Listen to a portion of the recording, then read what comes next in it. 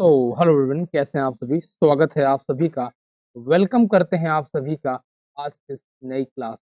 दोस्तों, basic structures of the Indian constitution, भारतीय संविधान का बेसिक स्ट्रक्चर्स आज से इस क्लास में समझने वाले हैं। दोस्तों, ये जो क्लास आपकी होने वाली है, वो अगर आप एसएससी, आरआरबी, एनटीपीसी और रेलवे के सभी एग्ज़ाम्स हो गए, और अगर आप स्टेट एग्ज़ाम की तैयारी कर रहे हैं, जैसे कि यूपी, पुलिस, कांस्टेबल्स, लेखपाल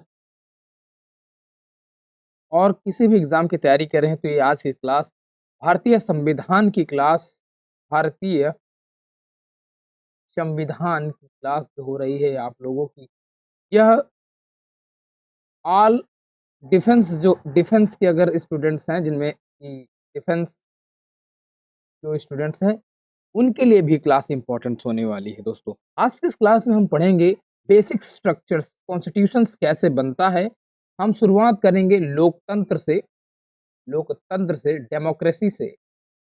डेमोक्रेसी क्या होती है और डेमोक्रेसी कैसे बनती है और कहाँ पे क्या चीज़ें लागू होती हैं, इन सभी चीज़ों के बारे में समझते हुए आज से इस क्लास को हम कंप्लीट करेंगे। तो क्लास में आप लोग बने रहिएगा, ये आप लोगों के लिए बेसिक्स। और आज जो हम पढ़ रहे हैं कॉन्स्टिट्यूशन का, ये हमारा पार्ट खत्म होगा, फर्स्ट पार्ट पढ़ रहे होंगे हम।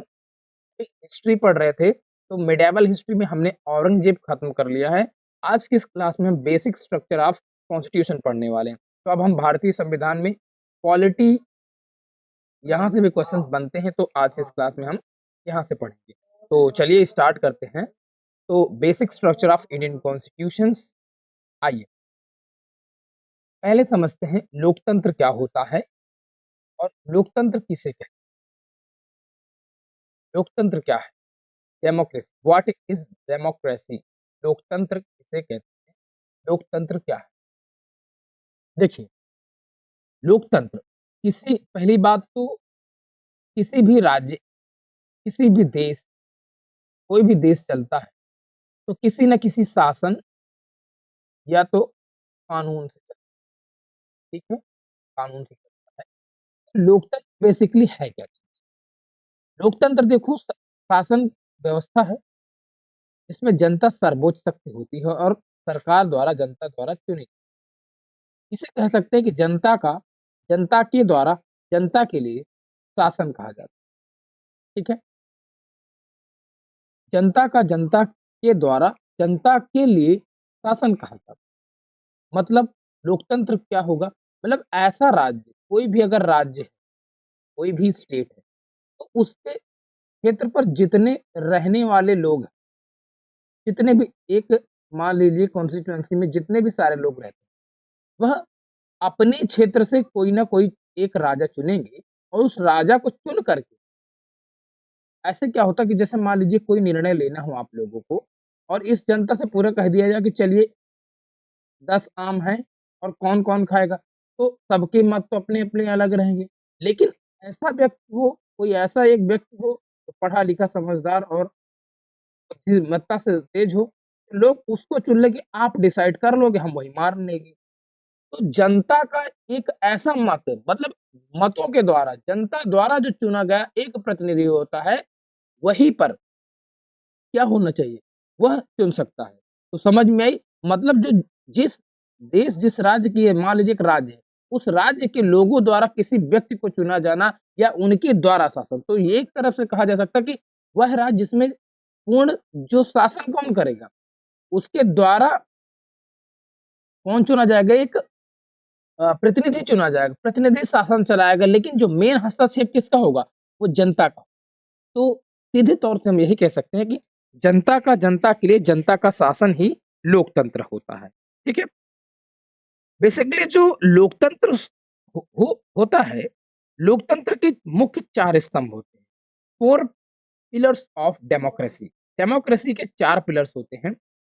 पहली जो होती है विधायिका, लेजिस्लेचर्स, दूसरी होती है कार्यपालिका, एग्जीक्यूटिव्स, और तीसरी है जुडिशरी, और चौथी आती है मीडिया। क्या आती है? मीडिया आती है, ठीक है? चौथी मीडिया आती है। तो आइए एक-एक करके सभी चीज़ों को पढ़ते हैं। ठीक है? देखिए, विधायिका क्या है? लेजिस्लेचर। यह क्या करेगी? यह कानून बनाने वाली संस्था हो। जैसे इन लोगों से इन्होंने क्या किया कि जनता जनता ने क्या किया? अपना दल चुन लिया और दल चुनने के बाद जनता का तो काम खत्म हो जाता। लेकिन वह फिर तो वो तो चीज़ें आपको मैंने समझा दी, वो लोकतंत्र की है कि ऐसा देश, ऐसा राज्य जिसमें सिर्फ़ जनता स्वतंत्र होती है। लोकतांत्रिक देश में क्या होता है? लोकतांत्रिक देश में ऐसा होता है कि जनता स्वतंत्र होगी, बोलने की स्वतंत्रता होगी, किसी भी तरह का भेदभाव नहीं होगा और प्रत्येक व्यक्ति अपना मत देने के अपना मत होगा, मत, वोट होगा, वोट। अपना वोट देने का उसका खुद का अधिकार होगा, वह चाहेगा किसी भी प्रतिनिधि को चुन सकता है, वो उसके लिए स्वतंत्र होता है। ठीक है? लास्ट में हम समझेंगे। तो देखो जो विधायिका होती है लोकतंत्र के मूलतः 4 स्तंभ होते हैं, legislative, executive, judiciary and media. तो विधायिका जो होती है, विधायिका का काम होता है कानून बनाने वाली संस्था। यह कानून बनाती है और इसके जो फंक्शंस क्या होते हैं, तो कार्य क्या होते हैं, देश के लिए कानून बनाने का काम करती है। ठीक है? और सरकार की नीतियों पर चर्चा करना और जनता के प्रतिनिधित्व को देखना। अब जैसे मान लीजिए जनता है, अब जनता ने जो प्रतिनिधि चुना है, वह प्रतिनिधि विधायिका पे बैठा हुआ है। विधायिका पे बैठा, अब जनता की समस्या है कि जनता को क्या चाहिए? समय पे खाद चाहिए, किसान को क्या चाहिए? खाद। तो वो अपने विधायक से कह देगी कि देखो ऐसी बात है, हमको इस बार फसल के लिए खाद की ज़रूरत है, तो खाद की कमी को पूरा करने के लिए आप अपने विधायिका पे एक कानून लाइए कि खाद की कमी नहीं होनी चाहिए। तो यहाँ पर वो मेंबर्स जो होंगे, वो मेंबर जो अलग-अलग कॉन्स्टिट्यूएंसी से चुन के आए हैं, वो लोग क्या करेंगे? एक कानून बनाएँगे और कानून बनाने के बाद उसको क्या करेंगे? कार्यपालिका के पास ट्रांसफ़र कर देंगे। कार्यपालिका ट्रांसफ़र होने के बाद एग्ज़ीक्यूटिव क्या करेगी? जो कानून लागू करने वाली संस्था होती है। एग्ज़ीक्यूटिव क्या होगी? मतलब लोकसभा से क्या होगा, राज्यसभा से क्या होगा और तीनों लोगों से क्या होगा? कानून पास कर दिया जाएगा। कानून पास करने के बाद क्या किया जाएगा? कानून को लागू करवाने के लिए कार्यपालिका में भेजा जाएगा, जो एग्ज़ीक्यूटिव बॉडी होगी। एग्ज़ीक्यूटिव बॉडी के काम क्या होते हैं? तो कार्य जो बनाया गया कानून होगा, उसको लागू कराना और प्रशासन को चलाना और देश की नीतियों को लागू करना। देखिए, मेनली जो विधायिका होती है, विधायिका में होते कौन-कौन से लोग हैं? तो इंडियन जो सांसद होती है, उसमें होता है लोकसभा और राज्यसभा और राष्ट्रपति। ये तीनों मिलकर के कानून बनाते हैं। अगर लोकसभा से कानून पास हुआ है, तो राज्यसभा में पास होगा, फिर जाकर के राष्ट्रपति के पास हस्ताक्षर होगा और पास होने के बाद कानून आएगा कहाँ? एग्ज़ीक्यूटिव बॉडी के पास। एग्ज़ीक्यूटिव बॉडी क्या करेगी? कानून चलाना इसमें शामिल कौन-कौन होते हैं? तो राष्ट्रपति, प्रधानमंत्री, मंत्रिपरिषद और प्रशासनिक अधिकारी, आईएएस, आईपीएस सारे लोग होते हैं, जो कानून को फ़ॉलो करवाते हैं। इसके बाद जब अगर मान लीजिए ऐसा हुआ कि खाद बनाने वाली कंपनी ने खाद बनाया, भेजा, इसके बाद घोटाला कर दिया। अब घोटाला कर दिया तो क्या इस पर जनता केस करेगी या कुछ लोग केस करेंगे। तो केस करने के लिए न्याय कौन देने जाएगा? उसको न्याय कौन दिलाएगा? सज़ा कौन दिलाएगा? तो सज़ा दिलाने के लिए भी लोग चाहिए। तो सज़ा दिलाने के लिए लोकतांत्रिक व्यवस्था में क्या होता है? वो न्यायपालिका होती है, जुडिशरी होती है। ये न्याय देने का काम करती है। जैसे किसी व्यक्ति ने यहाँ से हमने खाद का कानून बनवाया और खाद यहाँ से उत्पादन शुरू भी हो गया और मिलने लगा, लेकिन अगर घोटाला हो जाए, तो घोटाला होने के लिए आप पार्लियामेंट में तो जाएँगे नहीं, तो आपके लिए जुडिशरी होनी चाहिए। तो तीसरा स्तंभ हो गया जुडिशरी का। जुडिशरी क्या करेगी? ये न्याय देने का काम करेगी। इसके जो कार्य होंगे, ये कानून की रक्षा करने के लिए होगी। मतलब जो कानून बना है खाद के लिए कानून बना था किसानों के लिए, तो उसकी रक्षा करेगी और उस पर जो भी कर्मकांड में घोटाले हुए, उसको सज़ा सुनाने का काम कौन करेगी? जुडिशरी करती है। नागरिकों को भी न्याय दिलाने का काम करेगी। नागरिकों को किसी भी तरह के न्याय होते हैं, ठीक है? और स्वतंत्रता, धार्मिक स्वतंत्रता, जीने की स्वतंत्रता, जितने भी जो फंडामेंटल राइट्स हैं, उनको भी हम संविधान में पढ़ने वाले हैं। हमारे 6 फंडामेंटल्स राइट्स हैं, तो उनके बारे में पढ़ें। और यह संविधान न्यायपालिका क्या करेगी? संविधान की रक्षा करेगी। और यह कहाँ पे है? इसका मुख्यालय सुप्रीम कोर्ट होता है, संविधान का संरक्षक भी इसे कहा जाता है। तो हमने ये लोकतंत्र के 4 स्तंभों को पढ़ने का प्रयास किया, ठीक है? आशा करता हूँ इतने आपको समझ में आया होगा। इतनी क्लास में वीडियो पसंद आ रही है तो वीडियो को एक बार लाइक, शेयर ज़रूर कर दीजिएगा। अब जो लास्ट और चौथा स्तंभ होता है, वो होता है मीडिया। मीडिया का देखो कार्य क्या होता है, जैसे मान लीजिए हमने क्या करवाया, खाद का एक कानून बनवाया, तो अगर खाद पे क्या होता है, घोटाला होता है या कोई की तरह तो मीडिया का काम होता है सरकार की जो गतिविधियाँ होती हैं उन पे नज़र रखना, जनता तक सही जानकारी देना, मीडिया का काम होता है। मीडिया जो क्या करेगी, प्रेस जो क्या करेगी कि भाई सरकार ने कौन-सा कानून बनाया, कैसे कानून बनाया है जिससे लागू नहीं हो पाया, खाद में क्या, तो वह जनता तक कौन? मीडिया। लेकिन आज की मीडिया, हमारी इंडिया की मीडिया तो इतने समय दलाल हो चुकी है। वह बस चाटुकारिता ही करती रहती है। भ्रष्टाचार और गलत नीतियों को उजागर करना। आज हमारे भारत में क्या कोई ऐसी मीडिया है, ऐसे कर रही है? तो मीडिया तो स्वतंत्र होती है, ठीक है? तो ये चौथी स्तंभ होती है। तो इतना समझ में आया कि लोकतंत्र के 4 स्तंभ विधायिका जो कि संसद कानून बनाती है, कार्यपालिका सरकार कानून लागू करना, न्यायपालिका जो कोर्ट होता है न्याय देना और मीडिया होते हैं 14 स्तंभ जागरूक। लोकतंत्र की कुछ विशेषताएँ होती हैं वो निम्न तरीके की हैं, जैसे कि इसका शाब्दिक अर्थ होता है या ग्रीक शब्दों में डेमोस मतलब लोग, प्रोटोस मतलब शासन से बना जिसका अर्थ होता है लोगों का शासन। मैंने समझा दिया आपको। मूल सिद्धांत इसमें सभी नागरिकों के समान अधिकार, निष्पक्ष चुनाव करने की पारदर्शिता, जवाबदेही और कानून के समक्ष समानता की प्राप्त होती है। ऐसा नहीं होगा कि जो एक अमीर व्यक्ति है, मतलब रिच पर्सन है, तो रिच पर्सन को क्या होगा और एक गरीब पर्सन है, तो जो कानून के हिसाब से इसे सज़ा मिलेगी अमीर को, वही सज़ा एक गरीब को मिलेगी। ऐसा नहीं है कि भेदभाव हो। प्रकार 2 तरीके के होते हैं, प्रत्यक्ष लोकतंत्र और प्रतिनिधित्व लोकतंत्र। प्रत्यक्ष लोकतंत्र में जनता सीधे नीति निर्माण और निर्णयों पे भाग लेती है, लेकिन जो प्रतिनिधित्व लोकतंत्र होता है, वो जनता अपने प्रतिनिधि को चुनती है और उनकी ओर से शासन करते जैसे भारत और अमेरिका। महत्व समझते हैं तो यह नागरिकों के मौलिक अधिकारों की रक्षा करता है और सरकार को नागरिकों के प्रति जवाबदेही बनाता है। तो इतना आशा करता हूँ आपको समझ में आया होगा। ये इसलिए कॉन्स्टिट्यूशंस के पहले आपको पढ़ाया जाता है ताकि जब हमारा भारत देश तो पहले आज़ाद नहीं था, तो आज़ादी के पहले किसका शासन था? हमारे भारत देश में ब्रिटिश क्राउन का शासन था। तो ब्रिटिश क्राउन के शासन से हमें आज़ादी मिली, तो कैसे मिली? आइए उन अब इतिहास से कुछ पन्नों को जानने की कोशिश करते हैं। कॉन्स्टिट्यूशनल्स डेवलपमेंट्स तो कॉन्स्टिट्यूशनल जो डेवलपमेंट्स आते हैं हमारे भारत में, वो इस तरह आते हैं कि भारत जो हमारा साल 1947 में आज़ाद होता है। एक कानून आता है भारतीय स्वतंत्रता अधिनियम, ठीक है?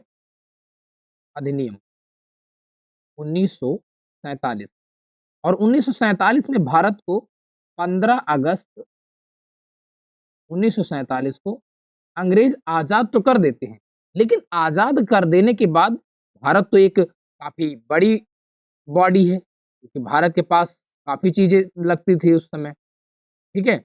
और भारत का पाकिस्तान भी साथ में था, तो उस समय भारत में काफ़ी बिखराव था। तो इसके बाद क्या किया गया कि भारत को एक आज़ाद देश बनाना और संविधान बनाना, तो इन सब चीज़ों की सौंपा किसे गया? भारतीय संविधान संविधान सभा को, है? ये चीज़ें। लेकिन उससे पहले हम ये समझते हैं कि जो जब हमारा भारत देश में अंग्रेज आए, भारत देश में हमारे अंग्रेज आए, तो अंग्रेजों ने यहाँ पर अपनी नीतियाँ अपनाई। तो उन नीतियों को थोड़ा समझने का प्रयास करते हैं। रेगुलेटिंग एक्ट 1773 तो जो भारत में संवैधानिक विकास हुआ, भारत का जो संवैधानिक विकास हुआ, वो 2 तरीके से मिलकर बना। कैसे-कैसे? ये ज़रा समझने का प्रयास करिए। कैसे? 2 तरीके से भारतीय संविधान विकास, भारतीय संवैधानिक विकास विकास। इसको 2 तरीके से हम पढ़ते हैं। पहला है ईस्ट इंडिया कंपनी का शासन, क्या है? ईस्ट इंडिया कंपनी का शासन। इसका शासनकाल क्या चलता है 1773 से 1858 1858 और फिर एक चलता है ब्रिटिश ताज का शासन, ब्रिटिश राज का शासन, ये चलता है। ब्रिटिश राज का शासन 1858 से चलता है 1947 तक, ठीक है। तो इन 2 क्षेत्रों को मिला करके हम पढ़ते हैं। तो आइए कुछ प्रमुख रेगुलेटिंग एक्ट्स को समझने के प्रयास करते हैं और कौन-कौन से एक्ट्स जो भारत में लागू किए गए, जिनका आगे चल कर के एक है भारत शासन अधिनियम। भारत शासन अधिनियम अधिनियम 1947 सॉरी 1935 सॉरी भारत शासन अधिनियम 1935। तो चलिए आइए देखते हैं एक-एक करके। भारतीय संवैधानिक विकास, इसको समझने का प्रयास। भारतीय संविधान कॉन्स्टिट्यूशनल डेवलपमेंट इन इंडिया, इसे समझिए। अब देखिए संवैधानिक विकास का अर्थ क्या होता है कि भारत में संवैधानिक विकास से तात्पर्य ब्रिटिश शासन के समय बनाए गए विभिन्न अधिनियमों, एक्ट और सुधारों के माध्यम से शासन व्यवस्था का क्रमिक विकास रहा, जो कि अंततः भारतीय संविधान 1950 तक पहुंचा। देखिए पहला है जो भारत 1973 से 1950 तक इसको माना जाता है, लेकिन हम किसके अकॉर्डिंग समझ रहे हैं, ईस्ट इंडिया अकॉर्डिंग। तो ईस्ट इंडिया अकॉर्डिंग्स में कुछ इंपॉर्टेंट रेगुलेटिंग एक्ट हैं जो कि एग्जाम पॉइंट ऑफ व्यू से यहाँ से कई बार क्वेश्चंस पूछे जाते हैं। तो रेगुलेटिंग एक्ट 1773 का, यह भारत का पहला संवैधानिक अधिनियम था और इसमें क्या किया गया कि बंगाल के जनरल को गवर्नर को गवर्नर जनरल बनाया गया। क्योंकि देखो हमारा जो भारत है, यहाँ पे बना दो भारत का नक्शा, यहाँ पे थोड़ा समझने का प्रयास किए मैप में। क्या होता है जब 1773 में मतलब जो ये बंगाल वाले क्षेत्र पे अंग्रेजों का प्रभुत्व हो जाता है, तब ये लोग क्या करते हैं, एक ऐसा एक्ट लेके आते हैं कि जो बंगाल का पहले जो गवर्नर हुआ करता था, उसको गवर्नर जनरल बनाया जाता है। और जो फिर दूसरा जो काम होता है इस एक्ट के तहत, वो कलकत्ता में एक सुप्रीम कोर्ट की स्थापना की जाती है। कलकत्ता में, यही बंगाल में है कलकत्ता। कलकत्ता में क्या किया जाता है, सुप्रीम कोर्ट की स्थापना की जाती है। और जो 1773 में प्रथम प्रथम गवर्नर जनरल बनाए थे, वो प्रथम गवर्नर जनरल किसे बनाया जाता है, लॉर्ड वारेन हेस्टिंग को बनाया जाता है। किसे, लॉर्ड वारेन हेस्टिंग। तो प्रथम गवर्नर जनरल कौन होते हैं, लॉर्ड वारेन हेस्टिंग को बनाया जाता है। तो ये 1773 का एक्ट रहा। इसमें जो भी चीजें हुई मैंने आपको बता दी। इसमें और भी कुछ चीजें उतनी इंपॉर्टेंस नहीं है आपके एग्जाम, तो इतना याद रखिए क्या क्या किया, बंगाल के गवर्नर को गवर्नर जनरल बनाया गया और सुप्रीम कोर्ट की स्थापना की। दूसरा है east India act. East India act 1784 में आता है और इसमें क्या होता है कि ब्रिटिश सरकार की जो कंपनी पर नियंत्रण बढ़ा दिया जाता है। ब्रिटिश सरकार क्या करती है, कंपनियों पर नियंत्रण बढ़ा देती है। इसके बोर्ड ऑफ कंट्रोल की स्थापना भी की जाती है। क्यों की जाती है कि जो इसमें सदस्य रहे, इसके सदस्यों में जो 3 से 4 सदस्य भी बढ़ाए गए। सदस्य क्या करते थे, तो कंट्रोल करते थे किसके, जो बोर्ड ऑफ कंट्रोल की स्थापना इसलिए की गई थी, जो कंपनियों में नियंत्रण बढ़ाने के लिए। जो कंपनी के लोग थे वो क्या कर रहे थे, मतलब ज्यादा कर वसूलते थे किससे, राजाओं से, और उस कर को क्या करते थे, भेजते भी नहीं थे। तो इसीलिए कंपनी ने क्या कर दिया, इनको नियंत्रण करने के लिए एक गठन बनाया, बोर्ड ऑफ कंट्रोल की स्थापना। ठीक, बस इतना ही याद रखिए। फिर एक चार्टर्ड एक्ट आता है 1813 का। 1813 का अधिनियम में ईस्ट इंडिया कंपनी का जो है व्यापारिक एकाधिकार समाप्त कर दिया जाता है। इस पर कहा जाता है कि भारत में जब शिक्षा व मिशनरियों के कार्य की अनुमति दी जाती है, और इसी समय होता है कि भारत में प्रतिवर्ष कहा जाता है, प्रतिवर्ष शिक्षा पर, किस पर, एजुकेशन पर, शिक्षा पर ब्रिटिश सरकार 1 लाख रुपए इन्वेस्ट, और यहाँ से एजुकेशन को बढ़ावा दिया जाता है। ठीक है, इतना क्लियर है। पेन थोड़ा-सा ज़्यादा मोटा है, काफ़ी और पतला ले लिया जाए। ठीक है। चौथा जो चार्टर एक्ट आता है वो 1833 का आता है। इसमें किया क्या जाता है, गवर्नर जनरल ऑफ बंगाल को गवर्नर जनरल ऑफ इंडिया बना दिया जाता है। 1833 में क्या होता है, गवर्नर जनरल ऑफ बंगाल जो थे, उसे क्या कर दिया जाता है, उसे इंडिया का गवर्नर जनरल बना दिया जाता है। इस अधिनियम में क्या होता है कि और जो इंडिया के जो पहले गवर्नर जनरल बने 1833 में, वो कौन थे? लॉर्ड विलियम बेंटिंक को बना दिया जाता है। कैसे? Lord William Lord William Bentinck को, अब वो कहाँ के? बंगाल के गवर्नर जनरल हैं। अब वो सिर्फ पहले बंगाल, लेकिन अब वो क्या किए जाते हैं? पूरे इंडिया के गवर्नर जनरल बना दिए जाते हैं और भारत में केंद्रीकृत प्रशासन की शुरुआत शुरू हो जाती है। ठीक है? चार्टर एक्ट 1800 में विधायिका और कार्यपालिका का प्रकरण आता है और जो प्रथम जो सिविल सेवा की शुरुआत होती है, वो यहीं से शुरू होती है। मतलब यूपीएससी की परीक्षा शुरू की जाती है, इसमें हमारे भारत में शुरू की जाती है। ठीक है? और इसमें इसमें जो समिति बनाई गई थी, वो 1854 में एक समिति बनाई जाती है, मैकाले समिति। कौन सी समिति बनाई जाती है? मैकाले समिति का निर्माण किया जाता है, किसकी देखरेख? यूपीएससी कंडक्ट करने के लिए। ठीक है? इतना क्लियर दोस्तों? लेकिन जो छठा है, भारत शासन अधिनियम 1858, गवर्नमेंट ऑफ इंडिया एक्ट 1858। ये क्यों आता है? क्योंकि दोस्तों 1857 की क्रांति के बाद, 1857 की क्रांति के बाद इतना बड़ा अंग्रेजों को थर-थर काँपने लगे, क्योंकि उधर सारे जो जो सैनिक विद्रोह था, अंग्रेजों के खिलाफ हो जाता है। अंग्रेज पीछे डर जाते हैं।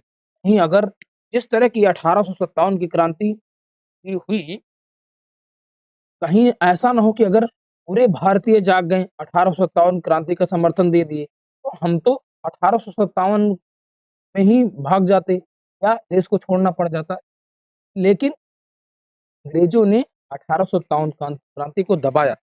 1857 क्रांति को दबाने का प्रयास किया और ऐसा नहीं है कि 1857 क्रांति में असफल रहे, सफल रहे।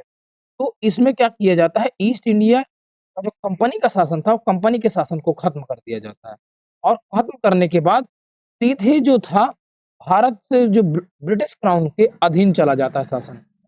देखो, भारत में जो अंग्रेज आए थे, वो भारत में सिर्फ व्यापार करने आए थे, लेकिन हमारे भारत में आपसी युद्ध होते रहे और आपसी लड़ाइयों की वजह से अंग्रेजों को रहना पड़ा और क्या किया गया कि 1858 में ही 1858 में ही वायसराय पद की स्थापना की जाती है। किसका? वायसराय पद की स्थापना की जाती है, जो ब्रिटिश क्राउन और कंपनी का शासन बिल्कुल खत्म कर दिया जाता है और किसके पास पहुँच जाता है? डायरेक्ट क्राउन के पास पहुँच जाता है। कहाँ? ब्रिटिश क्राउन के पास शासन पहुँच जाता है और सबसे पहले 1784 में क्या किया जाता है? 1784 में 1700 कब 1784 में खत्म कर दिया जाता है किसका? बोर्ड ऑफ कंट्रोल को। कितनी चीजें समझ में आई आपको? भारतीय परिषद अधिनियम आता है 1909 का, जिसे मोर्ली मिंटो रिफॉर्म्स भी कहा जाता है। मोर्ली मिंटो रिफॉर्म्स क्यों आया? तो यह विधायिकाओं में भारतीयों का प्रतिनिधित्व के लिए आया। पहले मतलब स्थापना तो हो जाती है, वायसराय के पद की स्थापना हो जाती है और वायसराय के पद की स्थापना के बाद क्या होता है? इस शासन में दोहरी दोहरी शासन नियुक्ति लग जाती, लेकिन थोड़ा-सा विधायिका पर क्या करना था कि भारतीयों को भी लागू करना था। इन्होंने कहा कि ऐसा करो कि अब भारतीयों को भी अ, स्थापना दो, को भी पद दो और उनको वो भी देख-रेख करेंगे, तो हम थोड़ा-सा रिफॉर्म कर सकते। तो इसके लिए भारतीय परिषद अधिनियम लाया गया। पृथक निर्वाचक मंडल सेपरेट इलेक्टोरेट की शुरुआत भी इसी समय। 8वें में आता है भारत शासन अधिनियम 1919 का, मोंटेगू चेम्सफोर्ड रिफॉर्म। इसमें क्या होता है कि द्वैध शासन की शुरुआत की जाती है और प्रांतों में कुछ विषयों पर भारतीय मंत्रियों को भी स्थान दिया जाता है। 9वां जो आता है वो भारत शासन अधिनियम 1935 आता है, गवर्नमेंट इंडिया एक्ट 1935। इसमें क्या होता है, ये पूरे संघीय ढांचे की अवधारणा रखता है और प्रांतीय स्वायत्तता प्रोविजनल इकोनॉमी को बनाए रखता है और यही अधिनियम अंत में भारतीय संविधान का मुख्य आधार बनता है। हम कॉन्स्टिट्यूशंस के बारे में जानेंगे और इसके बाद भारतीय संविधान गठन 1946 में होती है और भारतीय संविधान निर्माण हेतु संविधान सभा की स्थापना की जाती है। इसके अध्यक्ष डॉक्टर राजेंद्र प्रसाद होते हैं और प्रारूप समिति के अध्यक्ष डॉक्टर बी आर अम्बेडकर होते हैं। तो ये कुछ ऐतिहासिक जानकारियां रहीं जो कि कभी-कभी यहाँ से क्वेश्चन पूछ लिए जाते हैं। मैंने बताया ज़्यादा क्वेश्चन नहीं पूछे जाते। एक कानून और आता है भारतीय स्वतंत्रता अधिनियम 1947। इसे थोड़ा-सा समझने का प्रयास करते हैं। क्योंकि जब भारत 1947 में आज़ाद हो जाता है, कब 15 अगस्त 1947 में जब ये एक्ट आता है, तो इस एक्ट में क्या करते हैं कि 1947 में ब्रिटिश जो संसद द्वारा पारित होता है कानून, इसमें भारत को अंग्रेजी शासन से पूर्ण स्वतंत्रता दिलाएगी और भारत व पाकिस्तान से 2 स्वतंत्र देशों का निर्माण। क्योंकि भारत तो सेक्युलर राज्य बनने की नहीं कोशिश कर रहा था, लेकिन जो जिन्ना जो थे मुस्लिम लीग के संस्थापक थे। मुस्लिम मुस्लिम लीग को क्या करते थे? बढ़ावा देते थे। हालाँकि भारत जब आज़ाद हुआ तो भारत आज़ादी के बाद पाकिस्तान की माँग जिन्ना ने की। जिन्ना बहुत सारे लोग कहते हैं कि जिन्ना को भारत से अलग नहीं होना चाहिए था। लेकिन जो इसका सेक्युलरिज़्म था, ये कहता था कि हम एक इस्लामिक कंट्री बनाएँगे, इस्लाम देश बनाएँगे। जब भारत आज़ाद हुआ तो भारत बहुत सारे छोटे-छोटे टुकड़ों में बटा था। कोई कहीं पे कोई राजा का राज कर रहा है, कोई कहीं पे राजा का राज कर रहा है। मेन जो सबसे इम्पोर्टेंट था कि कैसे देश को इकट्ठा किया, ठीक है? तो कानून 18 जुलाई 1947 में ब्रिटिश में और 15 अगस्त 1947 वायसराय कौन थे? तो लॉर्ड माउंटबेटन थे। लॉर्ड माउंटबेटन के नेतृत्व में ही 14 अगस्त 1947 को पाकिस्तान से अलग कर दिया गया। इतने निठल्ला आदमी थे। पाकिस्तान की माँग होती है, प्रावधान इसमें रहते हैं कि भारत और पाकिस्तान का विभाजन होगा और ब्रिटिश भारत के 2 डोमिनियन में बाँट दिया जाता है, भारत और पाकिस्तान में हो जाता है। ब्रिटिश सत्ता का जो अंत हुआ, वो ब्रिटिश सरकार का भारत पर पूर्ण नियंत्रण, भारत को पूर्ण विधायिका स्वतंत्रता मिली और गवर्नर जनरल की नियुक्ति के लिए 2 देशों में अलग-अलग गवर्नर जनरल भी नियुक्त किए गए। भारत के जो पहले गवर्नर जनरल बने थे, वो लॉर्ड माउंटेन थे और बाद में श्री राजा गोपालाचारी को बनाया जाता है। ये एग्ज़ाम बोर्ड से याद रखिएगा, अभी कई बार क्वेश्चन ये पूछे गए हैं। भारत के पहले गवर्नर जनरल कौन थे? तो लॉर्ड माउंटबेटन थे और बाद में कौन बने? तो श्री राजा गोपालाचारी। इतना क्लियर है दोस्तों? आइए, संविधान सभा की शक्ति क्या रही? भारतीय संविधान को संविधान बनाने की पूर्ण शक्ति मिली और जब तक नया संविधान ना बन सके 1935 के शासन अधिनियम पर लागू रहा। रियासतें क्या कौन-कौन सी आई? तो इनमें 2 तरह की रियासतें आई। देशी रियासतों को भारत और ये पाकिस्तान में शामिल होने का विकल्प मिला और अधिनियम जो महत्व रहे, इम्पोर्टेंस महत्व क्या रहा है? जो भारत में कानूनी रूप से स्वतंत्र राष्ट्र बनाया गया और लोकतांत्रिक शासन की नींव रखी जाएगी और संविधान निर्माण का मार्ग प्रशस्त किया जाएगा और फिर एक अधिनियम आता है 18 जुलाई 1945 को और 15 अगस्त 1947 को भारत आज़ाद। ये कुछ इम्पोर्टेंट जानकारी है, इनको समझ लीजिए।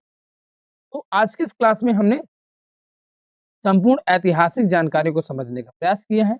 अगर क्लास में कुछ ऐसी आपको त्रुटि लगी हो तो अपना कमेंट एक प्यारा-सा कर दीजिएगा कि नहीं सर हमें ये चीज़ नहीं समझ में आई है। तो मैं अगली जो नेक्स्ट क्लास, नेक्स्ट पार्ट इसका स्टार्ट करूँगा, उसमें एक्सप्लेन करने की ज़रूर कोशिश करूँगा। वीडियो आपको कैसा लगा, पसंद आया तो वीडियो को लाइक कर लीजिएगा, चैनल में नए हैं तो चैनल को सब्सक्राइब कर लीजिएगा। फिर मिलूँगा मैं आपको बार लेकर के आऊँगा भारतीय संविधान संविधान सभा, तो उस क्लास में पढ़ने का प्रयास करेंगे। फिर मिलते हैं नेक्स्ट क्लास में। तब तक के लिए love you all, take care, bye, जय हिंद।